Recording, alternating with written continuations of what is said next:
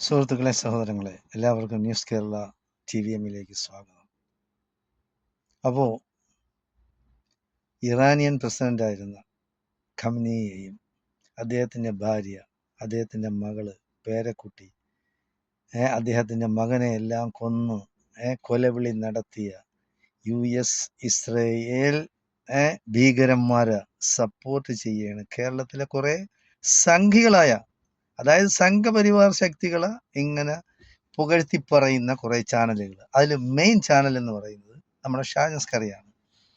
അവൻ ദൈവം ഭയമില്ലാത്ത ഒരു സത്യക്രിസ്ത്യാനിയാണ്. സത്യക്രിസ്ത്യാനിയല്ല, ഒരു ദൈവഭയമുള്ള ഒരു സത്യക്രിസ്ത്യാനി എന്ന് പറയുന്നത് യാതൊരു കാരണവശാലും കൊലപാതകങ്ങളെയും ഭീകരപ്രവൃത്തികളെയും ന്യായീകരിക്കില്ല. അതായത് അമേരിക്കയും ഇസ്രയേലും ഭീകരപ്രവൃത്തി ചെയ്താൽ അത് നല്ല പ്രവൃത്തിയാണെന്ന് പറയും. അതേസമയം ബാക്കിയുള്ള ഏതെങ്കിലും ഒരു രാജ്യത്തുള്ള ബാക്കിയുള്ള പ്രത്യേകിച്ച് ഒരു മുസ്ലിം രാജ്യമാണ് ചെയ്യുന്നതെങ്കിൽ അത് ഭീകരപ്രവൃത്തിയാവും. കൊച്ചുകുട്ടി ഒരു മുദ്രാവാക്യം വിളിച്ചാൽ, ഒരു മുസ്ലിം കുട്ടിയാണ് മുദ്രാവാക്യം വിളിക്കുന്നതെങ്കിൽ കുട്ടി ഭീകരൻ എന്ന് പറയും. അമേരിക്കയിൽ ക്രിസ്ത്യാനിക്കുട്ടി വീട്ടിൽ നിന്ന് തോക്ക് കൊണ്ടുപോയി 7, 8 കുട്ടികളെ, സ്കൂളിലുള്ള കുട്ടികളെ വെടിവെച്ച് കൊന്നാൽ അത് ഭീകരനല്ല. അതേസമയം ഒരു മുദ്രാവാക്യം ഒരു മുസ്ലിം കുട്ടി വിളിക്കുകയാണെങ്കിൽ അത് കുട്ടി ഭീകരനാവും. അപ്പോൾ ഈ ഷാജസ്കറിയയുടെ തന്ത ആരാണെന്ന് എനിക്ക് അറിഞ്ഞിട്ടുണ്ട്. എന്നാലും ശരി, തന്തയില്ലായ്മയ്ക്ക് ഏറ്റവും വലിയ ഉദാഹരണം, അതായത് പലരെയും തന്തയെന്ന് വിളിച്ച് ശീലിച്ചിട്ടുള്ളവന് ഒരു തന്തയല്ലല്ലോ. ഇപ്പൊ ട്രംപിനെ വേണമെങ്കിൽ വലിയ കഴിവുള്ളവനാണ് മറ്റേതെന്ന് പറഞ്ഞ് തന്തയെന്ന് വിളിക്കും, അപ്പാന്ന് വിളിക്കും. നെതന്യാഹുവിനെ വേണമെങ്കിലും അപ്പാന്ന് വിളിക്കും. ഇനിയിപ്പൊ മോഹൻ ഭഗവത് ഇന്ത്യയിലെ RSSന്റെ നേതാവാണ്, അയാളെ വേണമെങ്കിലും അപ്പാന്ന് വിളിക്കും. മോഡിയെ വേണമെങ്കിലും വിശ്വഗുരു, മോഡിയെ വേണമെങ്കിലും അപ്പാന്ന് വിളിക്കും. ഇതാണ് ഷാജസ്കറി. അപ്പൊ അവൻ സത്യക്രിസ്ത്യാനിയാണ്? അല്ല. ദൈവഭയമുള്ള ഒരു സത്യക്രിസ്ത്യാനിയല്ല. ഇവൻ വെറും തറ അച്ചായനാണ്. തറ അച്ചായൻ എന്ന് പറഞ്ഞാൽ ആർക്കും കൂട്ടിക്കൊടുക്കും, നിലപാടുകളില്ല. ഏത് നിലപാടുകളും അവന് മാറ്റാനുള്ള കഴിവുണ്ട്. കാരണം വല്ലതും കിട്ടിയാൽ മതി. ഇപ്പൊ ഇസ്രയേലിലും പോവും, അമേരിക്കയിലും പോവും, പറയും ഞാൻ ഇസ്രയേലുമായിട്ട് നെതന്യാഹുമായിട്ട് ബന്ധമുണ്ട്, ഞാൻ സംസാരിച്ചിരുന്നു, ടെലിഫോണിൽ ഇപ്പൊ സംസാരിച്ചിരുന്നു, ട്രംപുമായിട്ട് സംസാരിച്ചു. ട്രംപ് എന്ന് പറയുന്നത് അവൻ്റെ മറ്റേ ആളാണ്, മറിച്ച ആളാണെന്ന് പറയും. പിന്നെ ദൈവവുമായിട്ടും അവൻ സംസാരിക്കും. അവൻ്റെ ദൈവവുമായിട്ടും സംസാരിക്കും. കാരണം അവൻ്റെ സഹോദരി എന്ന് പറയുന്നത് കന്യാസ്ത്രീയാണ്. കന്യാസ്ത്രീ എന്ന് പറയുന്നത് ആരാണ്? ദൈവത്തിൻ്റെ മണവാട്ടിയാണ്, കർത്താവിൻ്റെ മണവാട്ടിയാണ്. അപ്പോൾ അവിടെ ദൈവത്തിൻ്റെ അടുത്തും വാസ്തയുണ്ട്, ട്രംപിൻ്റെ അടുത്തുണ്ട്, നെതന്യാഹുവിൻ്റെ അടുത്തുണ്ട്, മോഡിയുടെ അടുത്തുണ്ട്, മോഹൻ ഭഗവത്തിനുണ്ട്. എല്ലാവരുടെ കയ്യിലും പിടിപാടുണ്ട്. അപ്പോൾ അങ്ങനെയുള്ള ഒരു തറ അച്ചായനാണ് പൈസ കിട്ടിയാൽ എന്ത് ചെറ്റത്തരം വിളിച്ചു പറയാം. ഞാൻ അവനെ ആ ഖൊമൈനി അദ്ദേഹത്തിൻ്റെ കുടുംബത്തെയൊക്കെ കൂട്ടക്കൊല ചെയ്തപ്പോൾ ആ വാർത്ത പറയുമ്പോൾ അവനുള്ള സന്തോഷവും അടക്കാൻ കഴിയുന്നില്ല. ആ സന്തോഷവും ആഹ്ലാദവും എന്ന് പറയുന്നത്, മനുഷ്യരെ കൂട്ടക്കൊല ചെയ്യുമ്പോൾ ഇത്രയും വൃത്തികെട്ട മനസ്സുള്ള ഈ ഷാജസ്കറിയ യമനും ചാവൂലേ? ഷാജസ്കറിയ മരിക്കില്ലേ? ഈ 86 വയസ്സുള്ള ഇറാനിയൻ പ്രസിഡന്റിനെ കൊന്നതിന്, കൊലപ്പെടുത്തിയതിന് സന്തോഷിക്കുന്നവനാണ്. അതുപോലെ അദ്ദേഹത്തിന്റെ പടുവൃദ്ധയായ ഭാര്യയെയും. അപ്പൊ ആ കൂട്ടക്കൊലയെ ന്യായീകരിക്കുന്നവനാണ്. അപ്പോ ഇപ്പൊ പറയുന്ന ന്യായീകരണം എന്ന് പറയുന്നത് ഇസ്രയേലിന്റെ നിലനിൽപ്പിന് വേണ്ടിയാണ് ഇറാൻ ആക്രമിച്ചത്. അപ്പൊ വെനസ്വേലയിലെ പ്രസിഡന്റിനെയും അദ്ദേഹത്തിന്റെ ഭാര്യയെയും അവിടെ പോയി ആക്രമിച്ച് പിടിച്ചുകൊണ്ട് വന്നത് എന്തിനാണ്? എന്നിട്ട് അമേരിക്കൻ തടവറെ പാർപ്പിച്ചത് എന്തിനാണ്? അത് ആരുടെ നിലനിൽപ്പ്? അമേരിക്കൻ രാജ്യത്ത്, അമേരിക്ക എന്ന് പറയുന്ന രാജ്യത്തിന്റെ നിലനിൽപ്പിന് ഭീഷണിയാണ് അവർ. അതുകൊണ്ടായിരിക്കാം. അപ്പോൾ ചെറ്റത്തരം പറയുന്നതിനൊരു മര്യാദ ഉണ്ട്. ആ മര്യാദ എന്ന് പറയുന്നത് മനുഷ്യന്മാർക്ക് ഉണ്ടാവേണ്ടതാണ്. ആ മര്യാദ മനുഷ്യന്മാർക്ക് ഇല്ലാതായി പോയാൽ പിന്നെ അവൻ മനുഷ്യനല്ല, അവൻ മൃഗത്തിന് തുല്യമാണ്. അവൻ മൃഗത്തിൻ്റെതും കഷ്ടമാണ്. അപ്പൊ അങ്ങനെയുള്ള ചെറ്റത്തരം വിളമ്പുന്ന ഈ ഷാജസ്കറി, ഇപ്പൊ പുതിയതായിട്ട് വന്നിന് ആരിഫ് ഹുസൈൻ. ഈ ആരിഫ് ഹുസൈൻ എന്ന് പറയുന്നവന് അവന്റെ തള്ള, അവന്റെ അമ്മ, അവന്റെ അല്ലെങ്കിൽ ഉമ്മ വരെ തള്ളിപ്പറഞ്ഞവനാണ്. സ്വന്തം ഉമ്മ, അതായത് മാതാവ് പ്രസവിച്ച് പാലൂട്ടി വളർത്തിയ അവര് വരെ, ഒരു മാതാവ് സ്വന്തം മകനെ തള്ളിപ്പറയണമെങ്കിൽ അവൻ എന്തുമാത്രം വൃത്തികെട്ടവനായിരിക്കും. നമ്മൾ ആലോചിച്ച് നോക്കണം. അത്ര വൃത്തികെട്ടവന് സ്വന്തം മാതാവ് തള്ളിപ്പറയണം അവന്. അങ്ങനെ ഉള്ളവൻ എത്ര ഈ ലോകത്ത് ജീവിച്ചിരിക്കാനാണ്? അവൻ പട്ടിക്ക് തുല്യമാണ്. പട്ടിയല്ല, പന്നിക്കാണ് തുല്യം. പട്ടിയുടെ നിന്നും കഷ്ടമാണ് പന്നി എന്ന് പറയുന്നത്. പന്നി എന്ന് പറഞ്ഞാൽ വെറുക്കപ്പെട്ട ഒരു സാധനമാണ്. പക്ഷെ അത് കഴിക്കുന്നവരുണ്ട്, അത് കഴിക്കുന്നവർ കഴിച്ചോട്ടെ. പട്ടിയെ കഴിക്കുന്നവരും ഉണ്ട്. ചൈനയിലൊക്കെ ആളുകൾ പട്ടികളൊക്കെ കഴിക്കും. പിന്നെ ബാക്കി ഉള്ള ചില സമുദായക്കാരൊക്കെ പന്നികളൊക്കെ കഴിക്കും. അതൊക്കെ അവർ കഴിച്ചോട്ടെ, ഓക്കെ. അപ്പൊ അതിനേക്കാളും കഷ്ടപ്പെട്ടവനാണ് അവൻ. യവനെയൊക്കെ എന്ന് പറഞ്ഞാൽ ഈ പന്നിയെ വെട്ടി തിന്നുന്നത് പോലെ ആളുകൾ വെട്ടി തിന്നും. അതാണ് അതിന്റെ ശരി. പിന്നെ എന്തായാലും ശരി. പക്ഷെ യവൻ ചെയ്യുന്നതെന്ന് പറയുന്നത്, ഇവൻ വേറെ ഒരു സമുദായത്തെ ആക്ഷേപിക്കില്ല, ഇസ്ലാമിനെ മാത്രമേ ആക്ഷേപിക്കും. അവൻ പറയുന്നത് ഞാൻ നിരീശ്വരവാദി, അവൻ പണ്ടവൻ മുസ്ലിം ആയിരുന്നു, ഞാൻ അവിടെ പഠിച്ചിട്ടുണ്ട് ഇവിടെ പഠിച്ചിട്ടുണ്ട്, എനിക്ക് പേരിട്ടത് കാന്തപുരം അബൂബക്കർ മുസ്ലിയാർ എന്നൊക്കെയാണ് അവൻ പറയുന്നത്. ആരാ പേരിട്ടിട്ട് കാര്യമൊന്നുമില്ല. നീ മനുഷ്യന്റെ രൂപത്തിലുള്ള വെറും വൃത്തികെട്ട ചെന്നായാണ്. കാരണം നീ നീ ഒരേ സമയം നീ പറയും ഞാൻ നിരീശ്വരവാദിയാണെന്ന്. ഈ നിരീശ്വരവാദിക്ക് എന്ത് ഇസ്ലാമിനെ മാത്രമേ ആക്ഷേപിക്കാറുള്ളൂ, നീ എല്ലാ പിന്നെ സമുദായത്തെ ആക്ഷേപിക്കാത്തത്? അതിന് നിന്നെ കൊണ്ട് കഴിയില്ല. പിന്നെ നിന്റെ പേരെന്ന് പറയുന്നത്, നിന്റെ പേര് നീ എന്ത് മാറ്റാത്തത്? നീ ഏതെങ്കിലും പട്ടിയെന്നാ പൂച്ചയെന്നാ അല്ലെങ്കിൽ സിംഹമെന്നാ പുലിയെന്നാ ഇടാത്തത്? നിന്റെ പേരങ്ങ് മാറ്റിക്കിട. നീ എന്തിന് ഇസ്ലാമിന്റെ പേരിട്ടുണ്ട് നടക്കുന്നത്? നിനക്ക് മാറ്റാമല്ലോ. നിനക്കത് ഗസറ്റിൽ വിജ്ഞാപനം ചെയ്ത് നിനക്ക് പേര് മാറ്റാം. അതൊന്നും പറ്റില്ല. കാരണം നിനക്ക് ആ പേര് മാറ്റി കഴിഞ്ഞാൽ നിന്റെ വിലയില്ലാതാവും. അപ്പൊ ആ പേരിൽ നിന്നും കൊണ്ടാണ് ഇപ്പൊ കളിക്കുന്നത്. അപ്പൊ നിന്നെ ആരാ കൊല്ലാനായിട്ട് വധഭീഷണി മുഴക്കിയിരിക്കുന്നെന്നും പറഞ്ഞ് നീ കൊണ്ടുവന്ന് പോലീസിൽ കേസ് കൊടുത്തിരിക്കുകയാണ്, ഇമെയിലും കൊടുത്ത്. നിന്റെ തന്തമാരാരെങ്കിലും തന്നെ ആയിരിക്കും ഇത് ചെയ്തിട്ടുള്ളത്. അല്ലാതെ കൊല്ലാൻ വരുന്നവൻ നിന്നെ ഇപ്പൊ ഭീഷണിപ്പെടുത്തേണ്ട കാര്യമല്ല. അവൻ വന്ന് നിന്നെ കൊന്നിട്ട് പോകും. ഒരു മനുഷ്യനെ കൊല്ലുന്ന വലിയ കാര്യമൊന്നുമല്ല. ഇപ്പൊ ഇറാനിയൻ പ്രസിഡന്റ് അദ്ദേഹത്തിന്റെ വീട്ടിൽ പോയി ബോംബ് ചെയ്ത് കൊന്നു.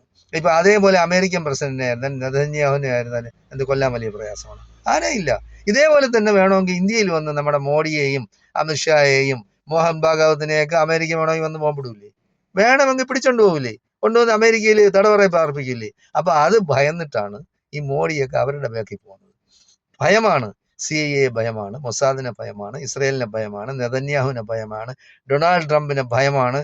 അവർ വിചാരിച്ചാൽ ഏത് ലോകത്തും കടന്നു കയറാം, ആരെയും പിടിച്ചുകൊണ്ട് പോകാം, ആരെയും കൊല്ലാം, ആരും ചോദിക്കാനില്ല, ആരും പറയാനില്ല. അപ്പൊ അത് ഭയന്നിട്ടാണ് അപ്പൊ മോഡി പോകുന്നതെന്നാണ് ഷായൻസ്കറിയായും ആരിഫ് ഹുസൈനെ പോലുള്ളവരും ഒക്കെ ചിന്തിച്ച് മനസ്സിലാക്കി വെച്ചിരിക്കുന്നത്. അപ്പൊ ഇത്രയേ ഉള്ളൂ മനുഷ്യൻ. പക്ഷേ മനസ്സിലാക്കാനുള്ളത്, 86 വയസ്സുള്ള ആ ഇറാനിയൻ പ്രസിഡന്റ് പറഞ്ഞത്, എനിക്ക് ബംഗറിലൊന്നും പോയി ഒളിച്ചു താമസിക്കേണ്ട കാര്യമല്ല.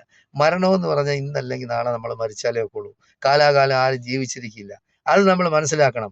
ഒരു ജീവി ജനിക്കലെന്ന് ഒരു ജീവി ജനിക്കൽ അന്ന് ദൈവം കരുതിയിട്ടുണ്ട് അവനുള്ള മൃത്യുകാലം. ഒരു ലേശം ഇതൊന്ന് മാറ്റിവെക്കാൻ അരുതാർക്കും വിഫലം മനുഷ്യ എന്ന് മലയാള കവി പാടിയിട്ടുണ്ട്.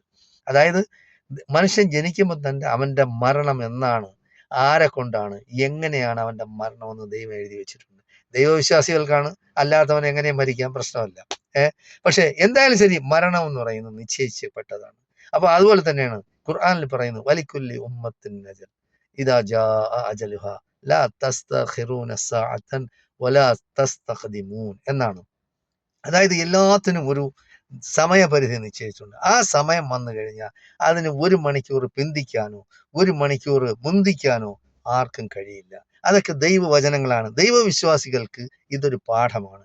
ഇത് നമ്മളെപ്പോഴും മനസ്സിലാക്കുക. മരണം എപ്പോഴാണ്? നമ്മളിപ്പോൾ വണ്ടി ഓടിച്ചു പോകുന്നു, ഞാൻ ഇപ്പോൾ വണ്ടിയിലിരിക്കുന്നു, ഞാൻ പള്ളിയിൽ പോകാനായിട്ട് ഉള്ള പുറപ്പാടിലാണ്. ഞാൻ അതിന് മുമ്പ് ഒരു വീഡിയോ ചെയ്തിട്ട് പോകാമെന്ന് വിചാരിച്ചാണ്. അപ്പോൾ പള്ളിയിൽ കയറുന്നതിന് മുമ്പാണ് ചിലപ്പോൾ ഞാൻ റോഡ് ക്രോസ് ചെയ്യുമ്പോൾ ഒരു വണ്ടി ഒന്ന് ഇടിച്ചാൽ മരിക്കാനാണെന്ന് തിരിയെങ്കിൽ അങ്ങനെയാണ് മരണം. അത് പറയാൻ ഒക്കില്ല. പക്ഷെ നല്ല ഹൃദയമുള്ളവർക്ക്, ഹൃദയശുദ്ധിയുള്ളവർക്ക് ദൈവം തമ്പുരാൻ നല്ല മരണം പ്രദാനം ചെയ്യും. ഈ വൃത്തികെട്ട മരണം, റോഡിൽ കിടന്നുള്ള മരണം, പിന്നെ എന്താണ് അകാല ചരമം, അങ്ങനെയുള്ള അപകട മരണങ്ങൾ, പിന്നെ ബോഡി ഛിന്ന ഭിന്നമായുള്ള മരണം എന്നൊക്കെ പറയുന്നത് ദൈവശിക്ഷ പോലെ തന്നെയാണ്. അങ്ങനെയുള്ള മരണം എന്ന് പറഞ്ഞാൽ ശരി, ഒരു മനുഷ്യനെ നമുക്ക് മനസ്സിലാക്കാൻ അത് മതി. മരണം എങ്ങനെയാണ് നമ്മൾ കണ്ടാൽ മതി. ആ മനുഷ്യന്റെ മരണം നല്ലതാണ്, അങ്ങനെ നല്ല മരണമാണ്. അദ്ദേഹം ഖൊമൈനി എന്ന് പറയുന്ന ആ ഇറാനി പ്രസിഡന്റ് വെച്ച് റമളാൻ മാസത്തിലാണ്, പരിശുദ്ധമായ മാസത്തിൽ വീരമൃത്യുവാണ്, ഷഹീദാണ്. അതാണ് നമ്മൾ മനസ്സിലാക്കാനുള്ളത്. അങ്ങനെയുള്ള മരണം ആഗ്രഹിക്കുന്നവനാണ് ഞാൻ. മരണം നല്ലതായിരിക്കണം. ആരായാലും ശരി. ഇപ്പോൾ എൻ്റെ രാജ്യത്തിന് വേണ്ടി ഞാൻ പോരാടി മരിച്ചാൽ ഞാൻ ഷഹീദാണ്, ഞാൻ രക്തസാക്ഷിയാണ്, ഞാൻ സ്വർഗത്തിലാണ്. സ്വർഗവും നരകവും ഉണ്ടെന്ന് വിശ്വസിക്കുന്നവർക്കാണത്. അതുപോലെ തന്നെയാണ് എൻ്റെ സമുദായത്തിന് വേണ്ടി, ഞാൻ വിശ്വസിക്കുന്ന ദൈവത്തിന് വേണ്ടി, ഞാൻ വിശ്വസിക്കുന്ന എൻ്റെ പ്രവാചകന് വേണ്ടി ഞാൻ മരണപ്പെട്ടാൽ അതും പിന്നെ ഷഹീദാണ്, രക്തസാക്ഷിത്വമാണ്. അങ്ങനെ മരിച്ചാലും സ്വർഗത്തിലാണ്. അപ്പോൾ വിശ്വാസികൾക്ക് മാത്രമാണിത്, അല്ലാത്തവർക്ക് ഇത് ബാധകമല്ല. അപ്പോൾ ഞാനിപ്പോൾ ജീവിക്കുന്ന സൗദി അറേബ്യയിലാണ്. ഈ സൗദി അറേബ്യ ആണ് എനിക്ക് ആഹാരം തരുന്നത്, എൻ്റെ കുടുംബത്തിന് ആഹാരം തരുന്നത്. അപ്പോൾ ഞാൻ ഈ രാജ്യത്തിന് വേണ്ടി പടവരുതി മരിച്ചാലും ഞാൻ സ്വർഗത്തിലാണ്, ഞാൻ ഷഹീദാണ്, ഞാൻ രക്തസാക്ഷിയാണ്. അപ്പോൾ അങ്ങനെ വിശ്വസിക്കുന്നവനാണ് ഞാൻ. അപ്പോൾ അങ്ങനെ വിശ്വസിക്കുന്നവർക്കാണ് ഇതെല്ലാം പറഞ്ഞിട്ടുള്ളത്. അപ്പോൾ പറഞ്ഞു വന്നെന്ന് പറഞ്ഞാൽ ഈ ചെറ്റ യവൻ തെണ്ടി എന്ന് പറഞ്ഞ തെണ്ടി പട്ടിയാണ് അവൻ. ഈ പിന്നെ റോഡിലൊക്കെ അലഞ്ഞു തിരിഞ്ഞ് നടക്കുന്നില്ലേ തെണ്ടിപ്പെട്ടികൾ, അതിൽ പെട്ടവനാണ് ഈ കൊടിച്ചിപ്പെട്ടി എന്നും പറയും. കീ എന്നും പറഞ്ഞ് കുരച്ചും കൊണ്ട് നടക്കും. ത്വരിക്കുകയും ഇല്ല, കടിക്കുകയും ഇല്ല, അങ്ങനത്തെ ഒരു സാധനമുണ്ട്. ആള് അങ്ങനെ അപ്പുറത്തടിക്കുകയും ഇപ്പുറത്തടിക്കുകയും അതുകൊണ്ട് ഇങ്ങനെ വിളിച്ച് ഇങ്ങനെ നടക്കും, ഓടിപ്പോവും. അപ്പൊ അങ്ങനെയുള്ള കൊടിച്ചിപ്പട്ടിയാണ് ഈ ആരിഫ് ഹുസൈൻ. അവൻ തന്തയില്ലാത്തവനാണ്, അവന് തള്ളേയില്ല, കാര്യം അവരും തള്ളി പറഞ്ഞവനാണ്. അപ്പൊ അവൻ തെരുവിലാണ് അവന്റെ മരണവും അവന്റെ ജനനവും അവന്റെ ജീവിതവും എല്ലാം. അവന് ഭാര്യ, അവൻ 2-3 വിവാഹം കഴിച്ചിട്ടുണ്ടെന്നാണ് പറയുന്നത്. ഈ പെണ്ണുങ്ങളെല്ലാം അവനെ കളഞ്ഞിട്ട് പോകുന്നതാണ്. അവൻ, എന്റെ ബലമായ സംശയം എന്ന് പറഞ്ഞാൽ അവൻ ഷണ്ണനാണ്, ഒരു കഴിവില്ലാത്തവൻ, ആണും പെണ്ണും കെട്ടവനാണെന്നാണ് എന്റെ വിശ്വാസം. കാരണം അങ്ങനെ ഉള്ളവനെ ഈ സ്വന്തമായ അഭിപ്രായമില്ലാതെ ഒരു സമുദായത്തെ ആക്ഷേപിക്കുന്നവന്മാരൊക്കെ എന്ന് പറഞ്ഞാൽ അവന്റെ ഇൻഫീരിയോറിറ്റി കോംപ്ലക്സ് എന്ന് പറയും, അപകർഷത ബോധം കൊണ്ട് അങ്ങനെ വരുന്നതാണ്. അപ്പൊ എന്തായാലും ശരി, അവനൊരു സാഡിസ്റ്റാണ്, ഒരു ഇൻഫീരിയോറിറ്റി കോംപ്ലക്സുകാരനാണ്. അപ്പൊ അങ്ങനെയുള്ള ഒരു തെണ്ടിയാണ് ഇവൻ. അപ്പൊ അവൻ കാട്ടിക്കൂട്ടുന്നത്, അവൻ പറയാണ് ഇപ്പൊ അവനെ ആരാണ് കൊല്ലാൻ. ഇന്നാള് പിന്നെ എറണാകുളത്ത് കണ്ട ഒരു സമ്മേളനത്തിന് കണ്ട ഈ പിന്നെ എന്താണ് നിരീശ്വരവാദികളുടെ ഇതിന് ആരാ തോക്കും കൊണ്ട് അവനെ കൊല്ലാൻ വന്നു എന്നും പറഞ്ഞവൻ. ഇതൊക്കെ അവന്റെ ഈ പ്രസിദ്ധിക്ക് വേണ്ടി, കുപ്രസിദ്ധിക്ക് വേണ്ടി, അവൻ താരമാകാൻ വേണ്ടി, അവൻ ആരോ എന്തൊക്കെയാണെന്ന് അവൻ ധരിച്ചു വെച്ചിരിക്കുകയാണ്. അതിനു വേണ്ടി അവൻ പുറപ്പെടുവിക്കുന്ന ഓരോ ജിഹകളാണ്. ഇതൊന്നും കണ്ട് ആരും പറയണ്ട. അതിന് ഈ ഷാഹിസ്കറിയുടെ ഏറ്റവും അടുത്ത സുഹൃത്താണ് അവൻ. അപ്പൊ ഷാഹിസ്കറിയുടെ ഏറ്റവും അടുത്ത സുഹൃത്താകുമ്പോൾ അറിയാൻ ആരാണെന്ന്. ഷാഹിസ്കറിയാക്കി എന്ന് പറഞ്ഞാൽ ഇസ്ലാം, പൊളിറ്റിക്കൽ ഇസ്ലാമിനെയാണ് അവൻ വെറുക്കുന്നത്, ഇസ്ലാമിനെ അല്ല. അവൻ ഇസ്ലാമിനെ തന്നെയാണ് വെറുക്കുന്നത്, ഇസ്ലാം മതത്തെ തന്നെയാണ് അവൻ വെറുക്കുന്നത്, അല്ലെ പൊളിറ്റിക്കൽ ഇസ്ലാമിന് എന്ത് പൊളിറ്റിക്കൽ? ഒന്നുമില്ല, ചുമ്മാ പറയുന്നതാണ്. അതൊക്കെ വെറുതെ ഉണ്ടാക്കി പറയുന്നതാണ്. പൊളിറ്റിക്കൽ ഇസ്ലാം എന്ത്? ഇന്ത്യ ഭരിച്ചിരുന്ന 900 വർഷങ്ങളോളം ഇന്ത്യ മഹാരാജ്യം ഭരിച്ചിരുന്നവരാണ് മുസ്ലിങ്ങൾ. ഏതെങ്കിലും വർഗീയ ലഹള ഇന്ത്യയിൽ ഉണ്ടായിട്ടുണ്ടോ? ഏതെങ്കിലും വർഗീയ ലഹള ഉണ്ടായിട്ടുണ്ടോ? ഏതെങ്കിലും ഹിന്ദുക്കളെ കൂട്ടക്കൊല ചെയ്തിട്ടുണ്ടോ? ഇല്ല. അത് ഇംഗ്ലീഷുകാർ വന്ന് മുസ്ലിങ്ങളെയും ഹിന്ദുക്കളെയും ഒക്കെ കൂട്ടക്കൊല ചെയ്തില്ലേ? അപ്പൊ ആരാണ് ഭീകരന്മാരെന്ന് പറയുന്നത്? നിങ്ങൾ ഭീകരതയ്ക്ക് ആദ്യം ഒരു ഡെഫിനിഷൻ അത് കൊടുക്കുക. എന്താണ് ഭീകരത? നിങ്ങൾ പറയുന്ന ഭീകരതയും നമ്മൾ വിശ്വസിക്കുന്ന ഭീകരതയും രണ്ടും രണ്ടാണ്. കാര്യം മനുഷ്യന് മനസ്സിലാക്കി വെച്ചിരിക്കുന്ന ഭീകരത എന്ന് പറയുന്ന ജനങ്ങളെ ഭീതിപ്പെടുത്തി, ജനങ്ങളെ ഭയപ്പെടുത്തി ഭരിക്കുന്നതാണ് ഭീകരത. അതുപോലെ കൊലപാതകങ്ങളും പിന്നെ ആളുകളെ വെട്ടിക്കൊല്ലും, കാലുവെട്ടും, കൈവെട്ടും, അങ്ങനെയുള്ളതാണ് ഭീകരത എന്ന് പറയുന്നത്. നിരപരാധികളായ ജനങ്ങളെയും കുട്ടികളെയും സ്ത്രീകളെയും കൂട്ടിക്കൊല ചെയ്യുന്ന, അതൊക്കെയാണ് ഭീകരത എന്ന് പറയുന്നത്. അപ്പൊ ഇവരുടെ ഭീകരത എന്താണെന്ന് എനിക്കറിയാം. അമേരിക്കയും ഇസ്രയേലും ചെയ്തതെന്ന് പറയുന്നത് നിരായുധരായ പാവപ്പെട്ട സ്ത്രീകളെയും കുട്ടികളെയും കൂട്ടക്കൊല ചെയ്യലാണ്. അതാണ് ആ ഭീകരത. ഇപ്പൊ ഷാഹിസ്കറിയെ പുതുതായിട്ട് കണ്ടുപിടിച്ച ഇറാൻ ഭീകര രാഷ്ട്രമാണ്. അതായത് ഇറാന് അമേരിക്കയും പിന്നെ ഇസ്രയേലും പോയി ആക്രമിച്ചിട്ട് പറയുന്നത് ഇറാൻ ഭീകര രാഷ്ട്രമാണ്. ആരെങ്കിലും ഇറാൻ പിന്നെ ഭീകരതയെ സ്പോൺസർ ചെയ്തിട്ടുണ്ടോ? ഇന്ന് വരെ ഇല്ല. ചരിത്രം എടുത്ത് പരിശോധിച്ചാൽ ഇല്ല. അപ്പോൾ ഇല്ലാത്ത കഥകൾ അവർ പറഞ്ഞുണ്ടാക്കുകയാണ്. അപ്പൊ ആരെ അവർ ഭീകരന്മാരാകും? ഭീകരന്മാരാരാണെന്ന് പറഞ്ഞാൽ യവന്മാർ തന്നെയാണ് ഭീകരന്മാർ. അതായത് ഭീകരതയെ പിന്നെ സപ്പോർട്ട് ചെയ്യുന്നത് ആരാണ്? ഷാഹിസ്കറിയായും പിന്നെ ഈ ആരിഫ് എന്ന് പറയുന്ന തെണ്ടിയും യവനെല്ലാം തന്നെയാണ് ഭീകരന്മാർ. നിങ്ങൾ തന്നെയാണ് ഭീകരന്മാർ. അമേരിക്കൻ പ്രസിഡന്റ് തന്നെയാണ് ഭീകരൻ, നെതന്യാഹു തന്നെയാണ് ഭീകരൻ, അവർ തന്നെയാണ് ഭീകര രാഷ്ട്രങ്ങളുമാണ്. അപ്പൊ ഇങ്ങനെയുള്ള ഈ തെമ്മാടിക്കൂട്ടങ്ങളെ നമ്മൾ മനസ്സിലാക്കി കണ്ട് നമ്മൾ സത്യത്തിനും ധർമ്മത്തിനും നീതിയിലും വിശ്വസിച്ച് ജനാധിപത്യവും മതേതരത്വവും ലോകത്ത് നിലനിർത്തി കാണാൻ ആഗ്രഹിക്കുന്ന ഞാനൊരു പാവം മനുഷ്യനാണ്. അപ്പൊ ഞാൻ വിശ്വസിക്കുന്ന ഇങ്ങനെയാണ്. എൻ്റെ മതം അനുസരിച്ച് എനിക്ക് ജീവിക്കാം, ഒരു കുഴപ്പമില്ല. അതുപോലെ ബാക്കിയുള്ള മതങ്ങൾ അനുസരിച്ച് അവർക്കും ജീവിക്കാം, അതിനും ഒരു പ്രശ്നമില്ല, നമുക്ക് യാതൊരു പ്രശ്നമില്ല. അപ്പോൾ അങ്ങനെ പറയുന്നതെന്ന് പറയുന്നത് അത് വർഗീയതയല്ല. എൻ്റെ മതം അനുസരിച്ച് എനിക്ക് ജീവിക്കാം, എൻ്റെ വിശ്വാസ പ്രമാണങ്ങൾ അനുസരിച്ച് ജീവിക്കാം, മറ്റുള്ളവർക്ക് ബുദ്ധിമുട്ടുണ്ടാക്കാത്ത രീതിയിൽ. അതുപോലെ ബാക്കിയുള്ള മതങ്ങൾക്കും, അവനൊരു മതക്കാരനോ ഹിന്ദു മതക്കാരനോ ക്രിസ്ത്യാനിയോ യഹൂദനാണെന്ന് വിചാരിച്ചാൽ എനിക്കെന്ത്? അവൻ അവൻ്റെ വിശ്വാസം അനുസരിച്ച് ജീവിക്കട്ടെ, ഞാൻ എൻ്റെ വിശ്വാസം അനുസരിച്ച് ജീവിക്കട്ടെ. അങ്ങനെ ഒരു വിശ്വാസവും ഒരു ലോകക്രമമാണ് ഈ ലോകത്ത് വേണ്ടത്, നമ്മുടെ രാജ്യത്ത് വേണ്ടത്, എല്ലാ ദേശത്തും വേണ്ടത്. അതിനുവേണ്ടി നമ്മളെല്ലാം പ്രയത്നിക്കണം, അതിനുവേണ്ടി നമ്മളെല്ലാം പ്രാർത്ഥിക്കണമെന്നുമാണ് എനിക്ക് നിങ്ങളോട് പറയാനുള്ളത്. നന്ദി, നമസ്കാരം. ജയ് ഹിന്ദ്, ജയ് ഭാരത്.